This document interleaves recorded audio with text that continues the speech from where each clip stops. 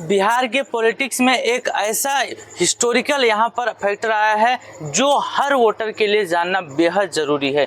यहाँ पर supreme court ने इलेक्शन कमीशन को यह हिस्टोरिकल ऑर्डर दिया है कि 65 लाख लोगों के नाम वोटर लिस्ट से कैसे हटाए गए, इसका पूरा यहाँ पर उनको जवाब देना होगा। किस आधार पर उन्होंने हटाया, क्या कारण था, रीज़न भी देना होगा। यानी उनको सब कुछ पब्लिकली यहाँ पर देना होगा ताकि हर इंसान चेक कर सके कि उसका नाम क्यों कटा है। तो ये जो सुप्रीम कोर्ट का ऑर्डर आया है बिहार के लिए, ये बहुत ही इंपॉर्टेंट है हर वोटर के लिए। तो आज हम इस सेशन में जानने वाले हैं कि इसके पीछे का क्या कारण है, कि आप इसके पीछे का इलेक्शन कमीशन ही जिम्मेदार है या इसके पीछे कोई और कहानी जुड़ी है।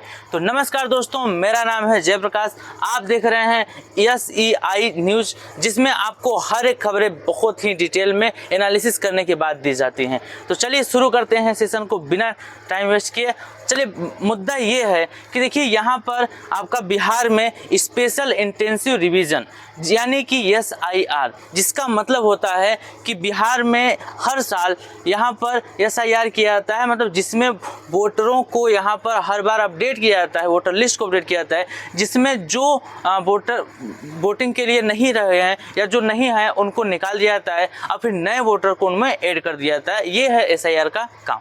लेकिन इस बार बिहार का जो SIR का प्रक्रिया थी उसमें बहुत ही अलग चीज़ देखने को मिली। क्या देखने को मिली कि 65 लाख लोगों के वोटर लिस्ट में नाम ही नहीं है और यहाँ तक कि नाम नहीं आया तो ठीक था, लेकिन उनको एक कारण भी नहीं बताया गया कि उनके नाम को हटाया क्यों गया। और उस 65 लाख वोटर में 22 लाख वोटरों को यहाँ पर मृत घोषित कर दिया गया है। इसका भी कोई खास रीज़न नहीं दिया गया है। तो चलिए इसके बारे में हम समझते हैं आखिर क्या ये चीज़ें था, क्या बिहार ने यहाँ पर इस बात में बात की। जब इतनी भारी संख्या में वोटर लिस्ट से लोगों के नाम कटे तो ये मुद्दा अपोजिशन पार्टी ने उठाया और ये मुद्दा पहुंच गया सुप्रीम कोर्ट तक।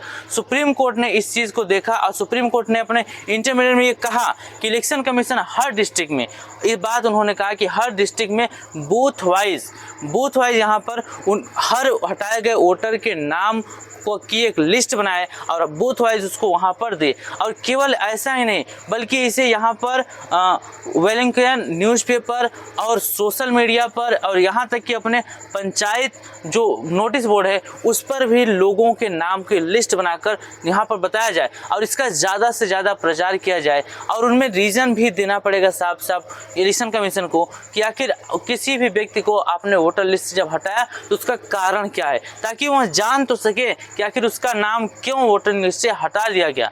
ठीक है, ये हर एक वोटर का अधिकार है जानने का कि वो वोटिंग क्यों नहीं कर पा रहा है, वोट क्यों नहीं दे पा रहा है, क्योंकि ये उनका मूल कर्तव्य है। और यही जो वोटिंग की प्रक्रिया है यही हमारे कॉन्स्टिट्यूशन की, हमारे संविधान की बैकबोन है, इसे बोल सकते हैं कि रीढ़ की हड्डी है जो कि हमारे संविधान को बनाए रख रही है। और ये हर एक बोल सकते हो वोटर का, हर एक यहाँ पर सिटीजन का ये मूल अधिकार है कि वह वोटिंग करे।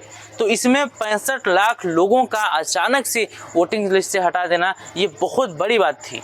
ठीक है, तो सुप्रीम कोर्ट ने यहाँ पर यह भी ऑर्डर दिया कि आपको एक नई लिस्ट जारी करनी होगी जिसमें आपको ये बताना होगा कि आपने किसी भी व्यक्ति को अगर लिस्ट से हटाया तो उसका प्रॉपर आपको रीज़न भी देना होगा। और एक ऐसी वेबसाइट आप बनाइए जिस पर लोगों के नाम को आसानी से सर्च किया जा सके और देखा जा सके। ठीक, ये बात उन्होंने कहा है इलेक्शन कमीशन को कि आप एकदम बिल्कुल ट्रांसपेरेंसी के साथ लोगों को ये बताइए कि क्यों उनका नाम कटा है।